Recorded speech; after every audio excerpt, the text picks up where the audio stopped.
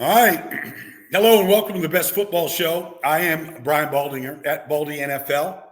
You can subscribe to this podcast daily on your free Odyssey app. You can subscribe, do all that kind of good stuff. You can follow me at Baldy NFL on all the platforms, whether it's TikTok or Twitter or Instagram, you name it. I'm posting stuff pretty daily. Probably going to do something on the Steelers run game a little bit later today.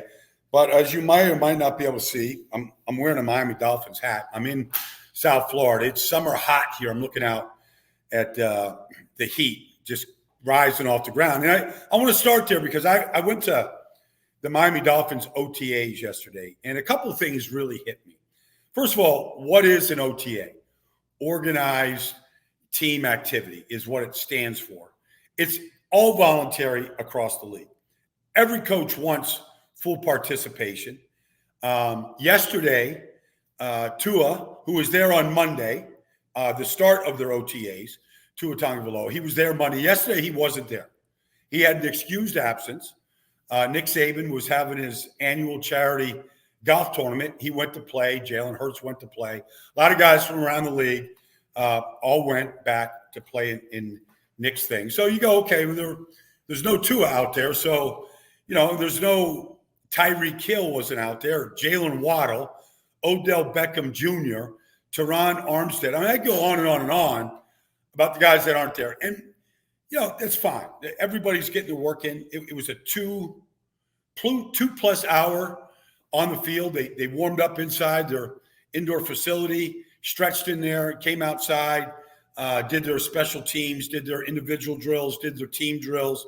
It was a good day. I got a chance to watch all of it. But it's what it kind of reinforces is that if Tua isn't out there and Tyreek isn't out there and Jalen Ramsey and Jalen Waddle, it's like it just reminds you, it reminds me that this is such a star-studded league and you win with your stars. And when they're healthy and they're out there, almost every team has a very good chance of beating any other team if your stars are all healthy and aligned and playing well. And so you go out to OTAs and you don't see your stars, you're like, what are they getting out of this? Well, I talked to, for example, I talked to Javon Holland yesterday after practice. So he is he's back from an injury last year. He had both knees, got banged up in one game, and he didn't really come back. But he's fine now. He's healthy. So that was good to see. But he's got a new safety playing next to him, Jordan Poyer. So you watch Jordan Poyer and you watch Javon just go through the fundamentals of, 3-by-1, robbing the middle, safety rotation, you name it. Like, there's a lot that can be gleaned. There's a lot that can be learned. Communication, assignments.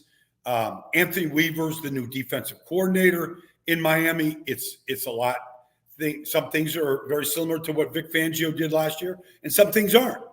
So you have to get used to it. Then you look at the guys that really, that they're counting on. So, you look at Jalen Phillips. Remember, he tore his Achilles on Black Friday against the Jets.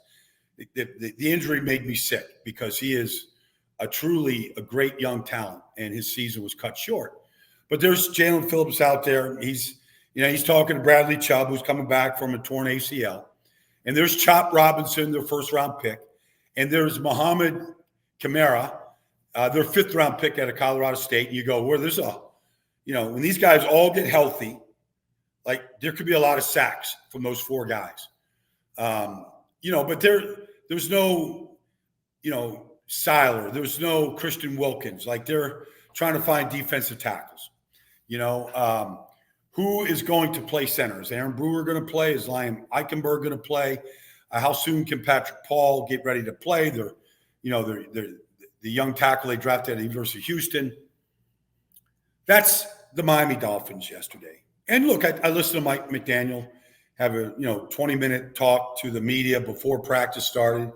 And, he's just got his call sheet. He's calling all the plays out there in practice. He's the play caller. It's hard to say, wow, this is what a day. Mike White completing the pass to Durham Smythe. All right, you might need that this year at some point. if something happens to Tua or whatever, like you still have to go through your script. You still have to go through your install. The new guys have to get used to a new way of doing things. You're looking at, linebackers, Jordan Brooks coming in from Seattle, new way of doing things, playing next to David Long. You could see that tandem taking off. David Long changing his number. He's now wearing number 11. So there's changes, And anyways, I thought I would just share a little bit because around the league, I'm going to go see probably next week. I'll probably see the Jets and the Giants and the Eagles. I'll probably come back and see the Dolphins again. I might, get to Baltimore and to Washington. I'm going to try to see a half a dozen teams, and I'll be here kind of telling you what I see, what the buzz is and all that kind of good stuff. So that's that. I thought it was interesting yesterday that Aaron Rodgers, spoke to the media at Florham Park in New Jersey yesterday, because there's a soundbite that's floating out there that I think needs a little bit of context, because I've listened to the whole interview of what he did. And I know all the guys ask him all the questions in New York. I'm around that team frequently. But, Aaron Rodgers said, look, if I'm not good, if I'm not what I'm accustomed to being, if I'm not playing at a high level the way I'm accustomed to playing to, and I can't do that, we're all going to be gone. Meaning Joe Douglas, Robert Saleh, Nathaniel Hackett, we're all gone. Now, that's the soundbite. But really, all Aaron is saying is, look, they've invested a lot in me. The schedule makers basically said, Aaron, you owe us. So the front end of their schedule is ridiculous. They go to San Francisco to open up the season on a Monday night. Their next game is on the road in Tennessee. Their first two games on the road. Tennessee is going to be an improved football team. And then you come back home on a short week on a Thursday night and play the Patriots. So you play 3 games in 10 days. Nobody has to do that in this whole league, but the Jets do. So Aaron knows, you just play the games that are there. But, if Aaron is close or at Aaron Rodgers' level of play, the Jets are going to be just fine. But I think what caught people off guard is when you hear these sound bites like, yeah, if I'm not up to playing at my level, we're all gone. Well, what he's saying is, this is just a fact of life. Bryce Young wasn't good last year. All kinds of changes in Carolina. I don't care where you go. Your quarterback doesn't develop. Your team doesn't win. You're all gone. In Atlanta, Raheem Morris said, look, if we had better quarterback play in Atlanta last year, I wouldn't be here. Arthur Jones would still be the coach. They'd probably win the division. So what Aaron's saying, it's not really groundbreaking, honestly. If he gets hurt, he doesn't play well, the offensive line collapses, whatever, and the Jets finish another 7-10 season like they have the last 2 years, and just second half collapses in those years, yeah, they're all going to be gone. Woody Johnson will rip it up and, they'll move on. I mean, that's all Aaron is saying. So I thought that was, kind of interesting. And then, look, we have gotten word, obviously the international games are a big part of this global reach of the NFL. 3 games in London this coming year, October 6th, 13th, and 20th. Jacksonville is playing on the 13th and the 20th. Back-to-back weeks in the UK. All right, one at Tottenham Hotspur Stadium, one at Wembley. All right, 3 games in London. They kick off the season on a Friday night, Green Bay and Philadelphia and Sao Paulo, Brazil, first time they're playing in Brazil. They're going back to Germany, this time to Munich, for the second time playing a game in Munich. 5 international games. Tremendous following, tremendous success, tremendous ticket sales. And now we hear they're in discussion to play a game in Australia.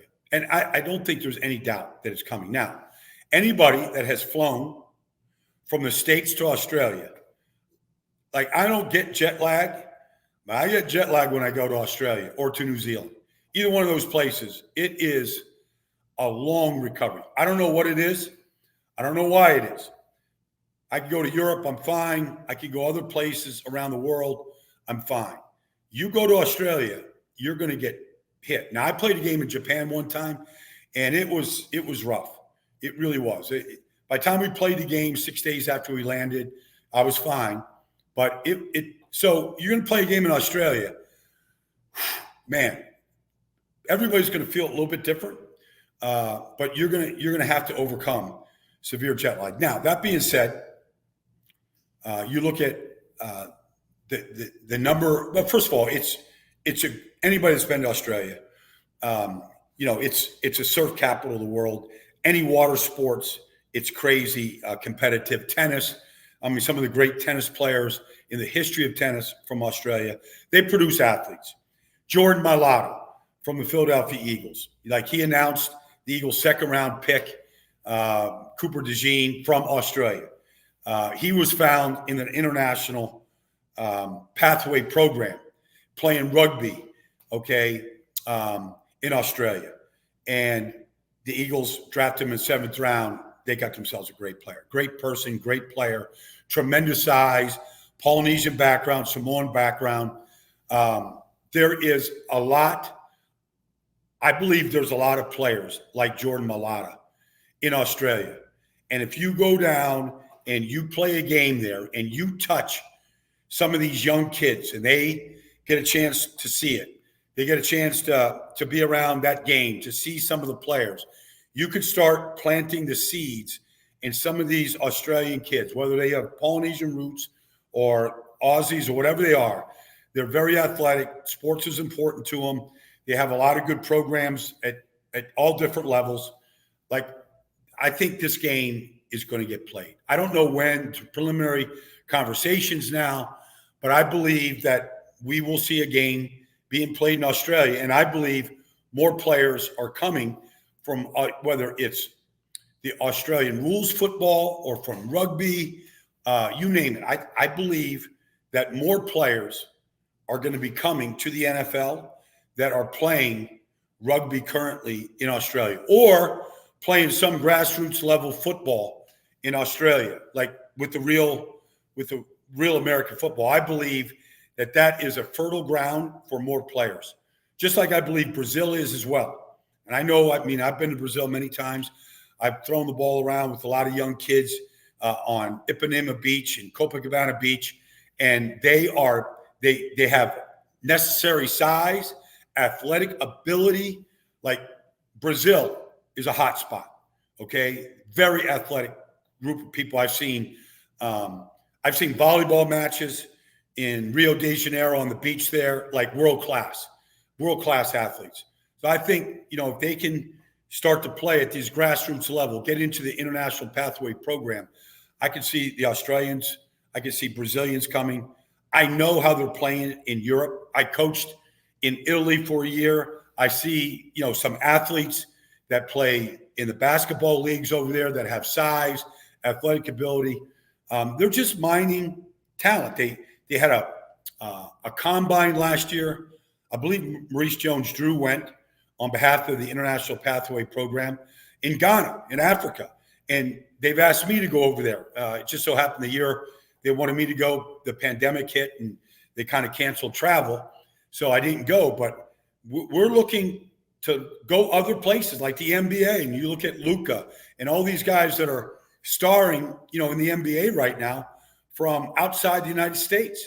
And I think that's one of the initiatives of the NFL is to keep trying to draw from the international pathway program, to keep funding it, to keep trying to mine players, to get them over here at the secondary level or the college level, to continue to try to learn it, because the ability, the innate ability and the size necessary to play and speed to play, at the NFL level is out there in these other countries. So that'll do it for today, the Best Football Show, as we get kind of looking ahead to Memorial Day weekend. I hope everybody travels safe. They have a good time. But really, the OTAs and these organized training activities are picking up around the league. And I kind of want to go eyeball a lot of these teams. And I hope I can bring something, to the Best Football Show after seeing some of these teams in the coming weeks. Thanks for joining me. Look forward to talking to you real soon.